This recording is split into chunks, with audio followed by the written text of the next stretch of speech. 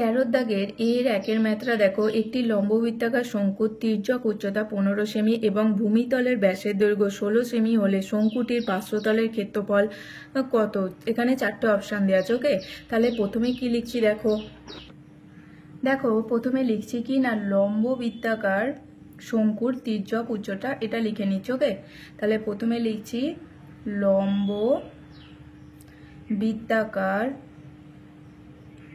লম্ববৃত্তাকার শঙ্কুর তির্যক উচ্চতা এল সমান কত না 15 সেমি। ওকে, আর তারপরে দেখো শঙ্কুটির ভূমিতলের ব্যাসের দৈর্ঘ্য, তারপরে লিখছি কি না, তারপরে লিখছি শঙ্কুর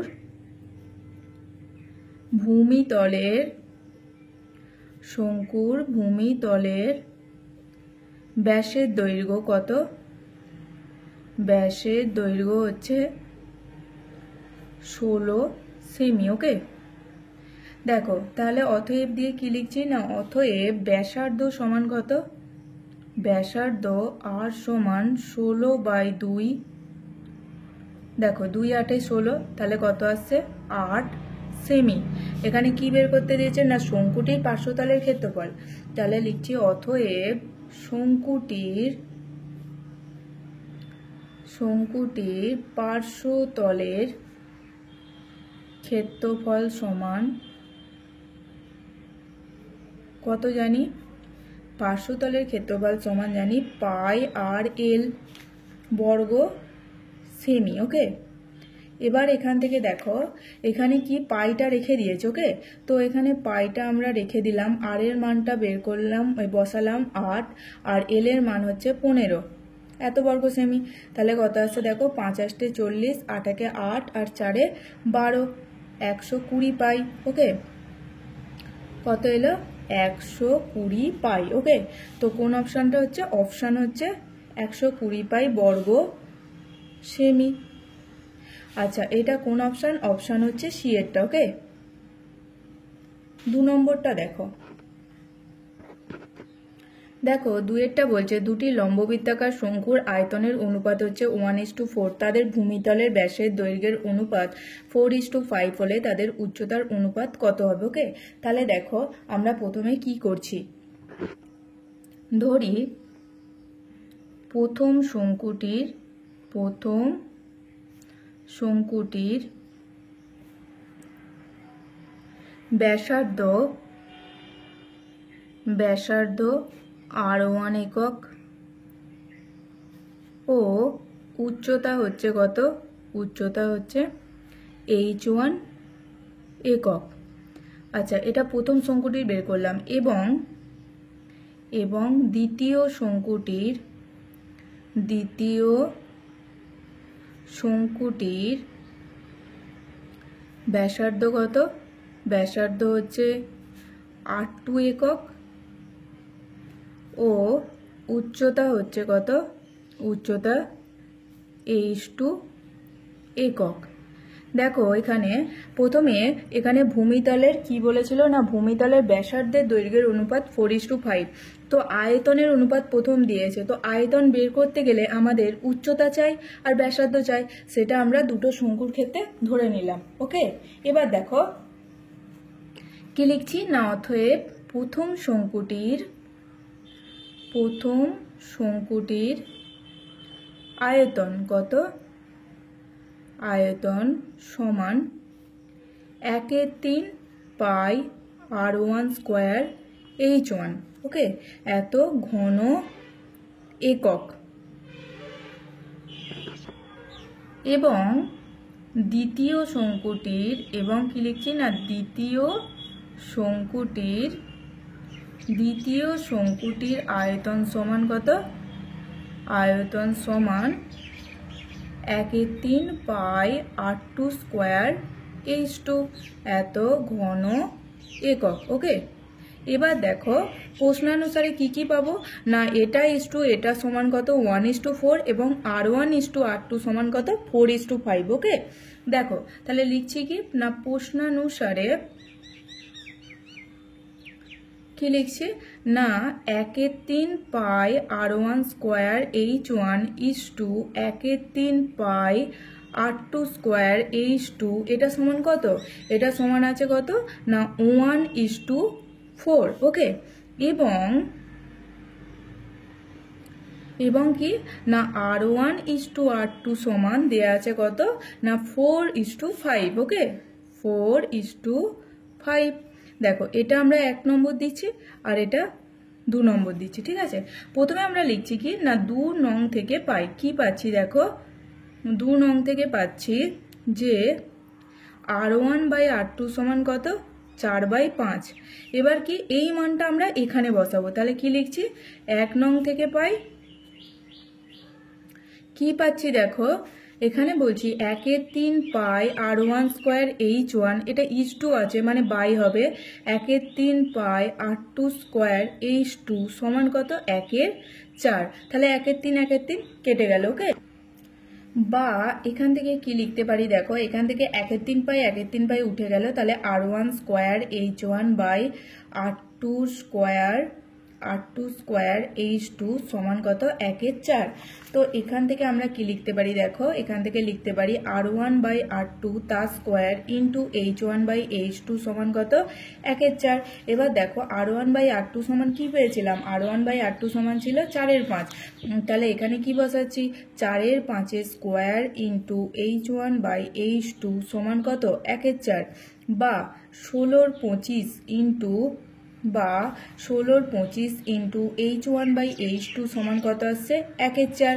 বা h1/h2 সমান কি আসছে দেখো কোনাকুনি গুণ হচ্ছে 25 ইন্টু 1/4 ইন্টু 16।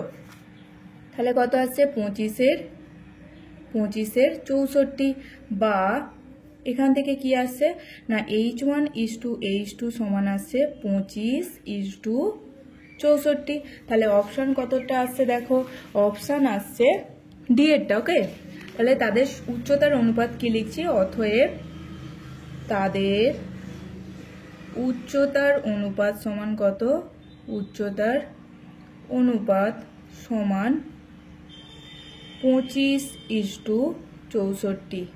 অপশান হচ্ছে ডি এরটা। ওকে, 3-এরটা দেখো একটি লম্ববৃত্তাকার শঙ্কুর ব্যাসার্ধের দৈর্ঘ্য একই রেখে উচ্চতা দ্বিগুণ করলে শঙ্কুটির আয়তন বৃদ্ধি পায় কত %? 100%। তারপরে এই 4টে অপশান দেওয়া আছে। ঠিক আছে, 200%, 300 আর 400%। এবার দেখো আমি প্রথমে কি ধরে নেবো না ধরি লম্ববৃত্তাকার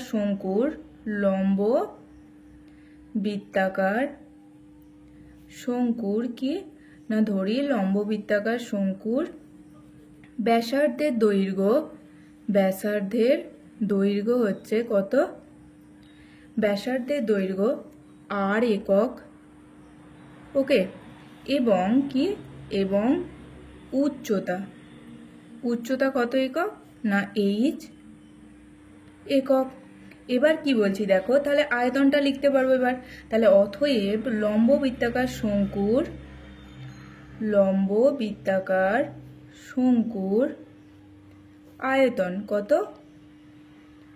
আয়তন সমান কত না 1/3 পাই r স্কোয়ার h কি ঘন একক। ওকে, ঘন একক।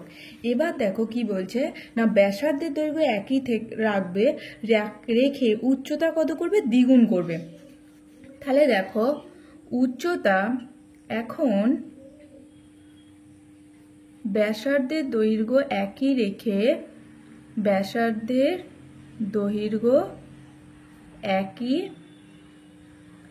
রেখে উচ্চতা দ্বিগুণ করলে বা শুধু লিখতে পারি যে উচ্চতা দ্বিগুণ করলে উচ্চতা হবে সমান উচ্চতা দ্বিগুণ করলে উচ্চতা হবে সমান 2h একক। ওকে, 2h একক। তাহলে এখন শঙ্কুর আয়তন কত হবে? তাহলে অতএব দিয়ে কি লিখছি যে অতএব বা এখন লিখতে পারি। আচ্ছা, অতএব এখন শঙ্কুর আয়তন অতএবটা করলাম। আচ্ছা, এখন ব্যাসার্ধের দৈর্ঘ্য একই রেখে উচ্চতা দ্বিগুণ করলে উচ্চতা হবে 2h একক। ওকে, তাহলে এখান থেকে কি লিখছি না, এখান থেকে লিখছি যে এখন শঙ্কুর আয়তন হবে কত না, শঙ্কুর আয়তন হবে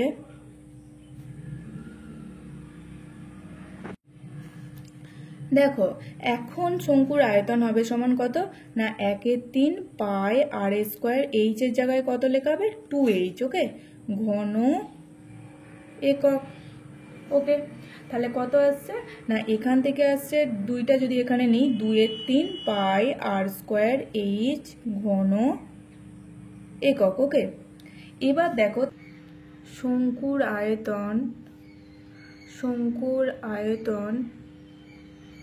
আয়তন বৃদ্ধি পায় সমান কত, বৃদ্ধি পায় সমান দেখো আগে কত ছিল 1/3 পাই আর স্কোয়ার এইচ। আচ্ছা, বৃদ্ধি পেয়েছে কত 2/3 পাই আর স্কোয়ার এইচ মাইনাস 1/3 পাই আর স্কোয়ার এইচ। ওকে, তাহলে দেখো উচ্চতা দ্বিগুণ করার পরে যে আয়তনটা ছিল সেটা লিখেছি, তা থেকে বাদ দিয়েছি পূর্বের আয়তন, ভাগ বাই কি করেছি না বাই করেছি পূর্বের আয়তন। ওকে, ইন্টু কত, ইন্টু হচ্ছে 100%। তো ওপরে কত আসছে দেখো,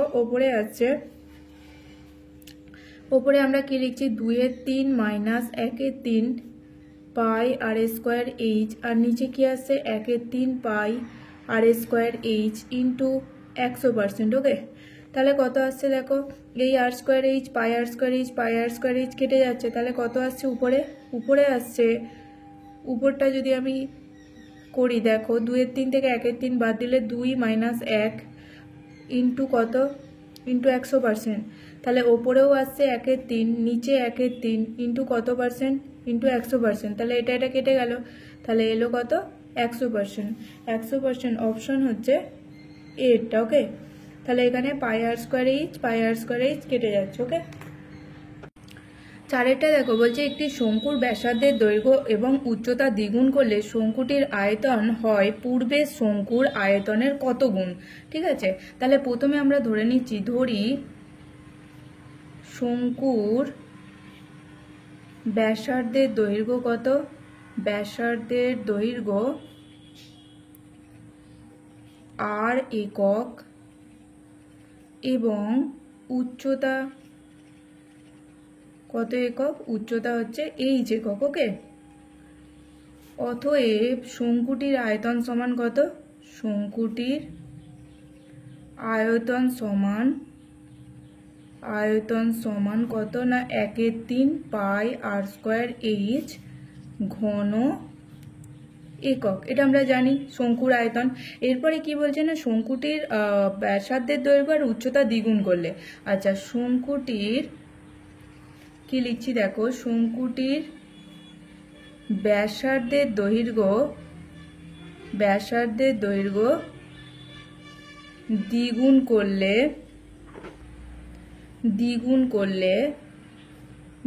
করলে ব্যাসার্ধ কত হবে না, ব্যাসার্ধ 2r হবে, ব্যাসার্ধ হবে সমান 2r একক,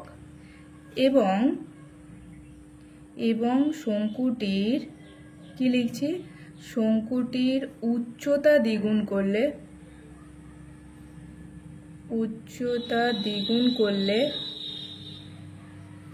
উচ্চতা হবে সমান কত, উচ্চতা হবে সমান 2h একক। ওকে, তাহলে এখন শঙ্কুটির আয়তন কত দেখো, অতএব দিয়ে লিখছি যে কি বা এখন শঙ্কুটির আয়তন কত দেখো, এখন শঙ্কুটির আয়তন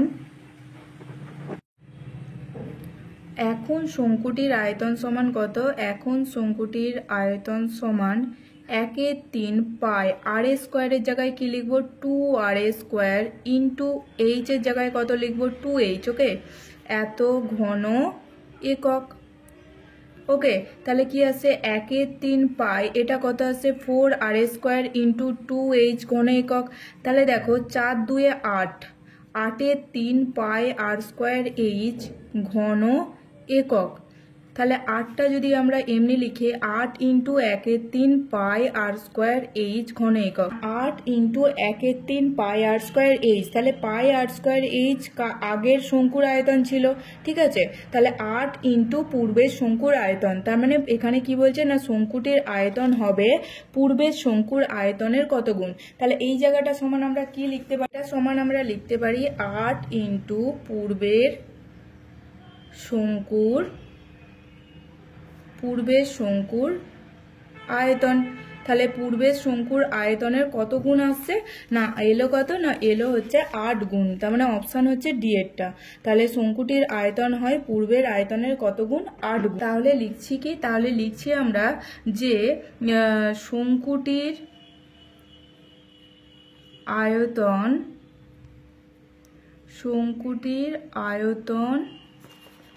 হয় পূর্বের শঙ্কুটির আয়তন হয় পূর্বের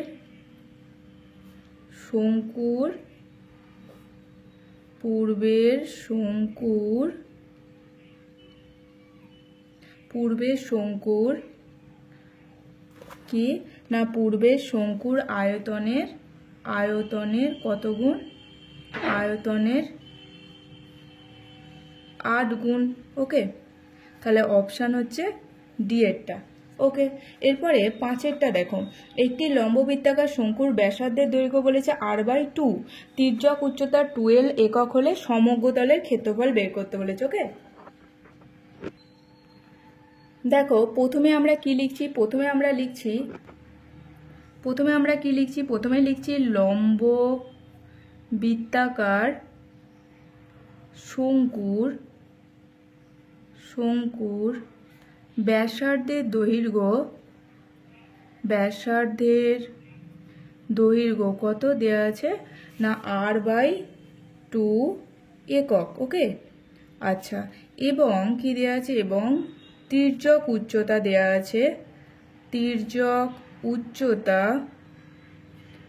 আছে, কত, তির্যক উচ্চতা হচ্ছে 12 একক।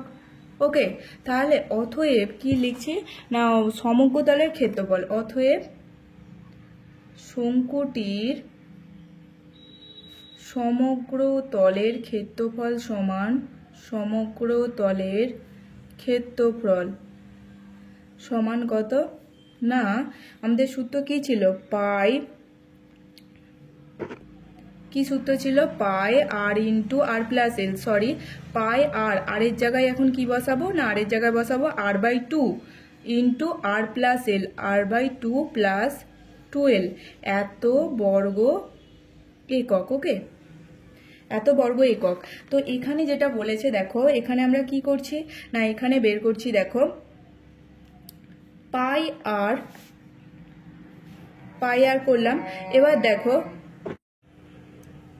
এখান থেকে করছি পাই আর, এই 2টা দিয়ে একে আর একে ভাগ করে দিচ্ছি, তাহলে r/ এটা দিয়ে করলে 2 ইন্টু 2 আর এটা কত হবে 12/2 হবে, এত বর্গ একক। ওকে, তাহলে কি আসছে পাই আর, এটা আসছে r/4 প্লাস কত না প্লাস এল, তার মানে কি লিখতে পারি পাই আর ইন্টু এল প্লাস r/4 এত বর্গ একক। অপশান কতটা, অপশান হচ্ছে বি এরটা। ওকে,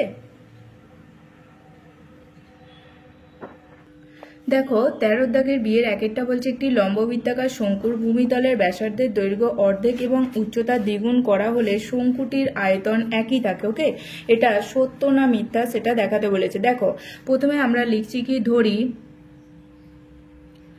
লম্ববৃত্তাকার শঙ্কুর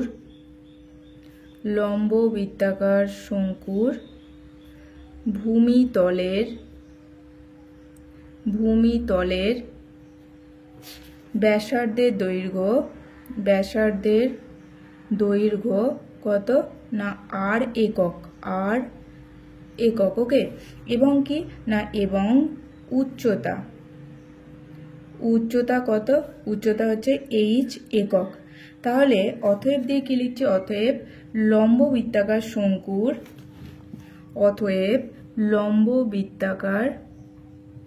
শঙ্কুর আয়তন সমান কত, শঙ্কুর আয়তন সমান 1/3 পাই আর স্কোয়ার এইচ ঘন একক। ওকে, ঘন একক। এবার এখান থেকে কি বলছে না, বলছে যে ব্যাসার্ধের দৈর্ঘ্য অর্ধেক এবং উচ্চতা দ্বিগুণ করা হলে তাহলে কি বলছে না, শঙ্কুটির আয়তন একই থাকে। তো প্রথমে আমি লিখছি কি না, ব্যাসার্ধের দৈর্ঘ্য অর্ধেক করা হলে দৈর্ঘ্য হবে সমান, মানে ব্যাসার্ধের দৈর্ঘ্য হবে সমান, এটা দৈর্ঘ্যটা কেটে কি লিখছি, ব্যাসার্ধের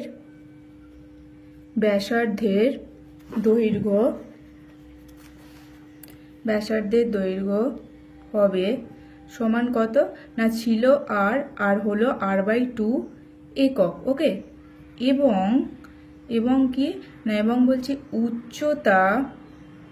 উচ্চতা কি করা হবে না, উচ্চতা দ্বিগুণ করা হলে। ওকে, তাহলে উচ্চতা দ্বিগুণ করা হলে উচ্চতা হবে সমান কত, উচ্চতা হবে 2h একক। ওকে, তাহলে এখন লম্ব বৃত্তাকার শঙ্কুটির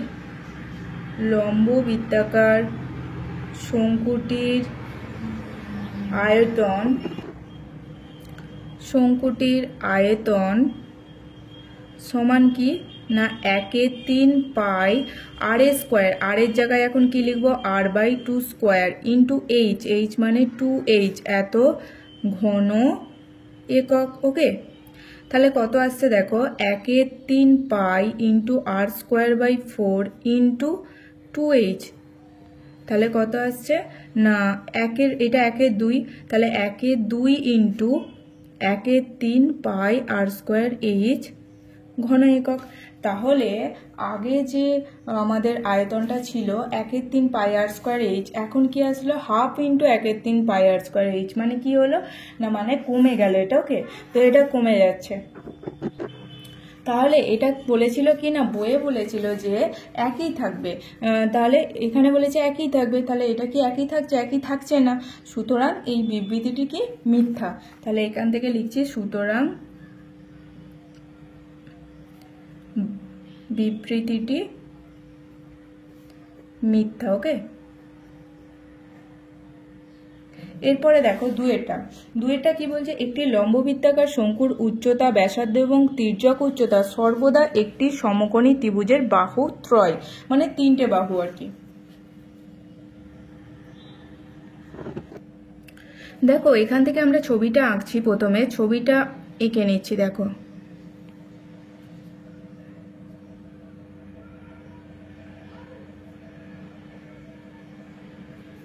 দেখো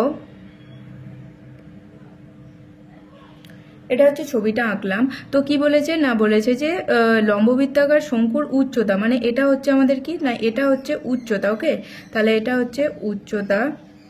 আচ্ছা, এটা কি, এটা হচ্ছে তির্যক উচ্চতা। ওকে, আর এটা হচ্ছে ব্যাসার্ধ। তো এক্ষেত্রে কি বলেছে দেখো, বলেছে যে একটি লম্ববৃত্তাকার শঙ্কুর উচ্চতা, ব্যাসার্ধ, তির্যক উচ্চতা, তাহলে উচ্চতা, ব্যাসার্ধ, আর কি বলেছে না, আর হচ্ছে তির্যক উচ্চতা। এটা বলছে এটা সর্বদা একটি সমকোণী ত্রিভুজের বাহুত্রয়। তাহলে দেখতে পাচ্ছ এটা একটা কি ত্রিভুজ না, এটা একটা হচ্ছে সমকোণী ত্রিভুজ। ওকে, এটা একটা সমকোণী ত্রিভুজ, তাহলে এরা তিনজনে হচ্ছে একটা সমকোণী ত্রিভুজের বাহুত্রয়। ওকে, তাহলে এটা সত্য। তাহলে এখানে কি লিখছি না, এখানে লিখছি যে একটি লম্ব বৃত্তাকার শঙ্কুর কি উচ্চতা, ব্যাসার্ধ এবং কি না, এবং তির্যক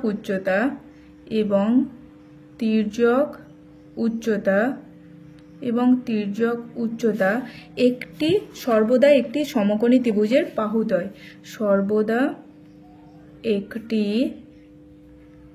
সমকোণী ত্রিভুজের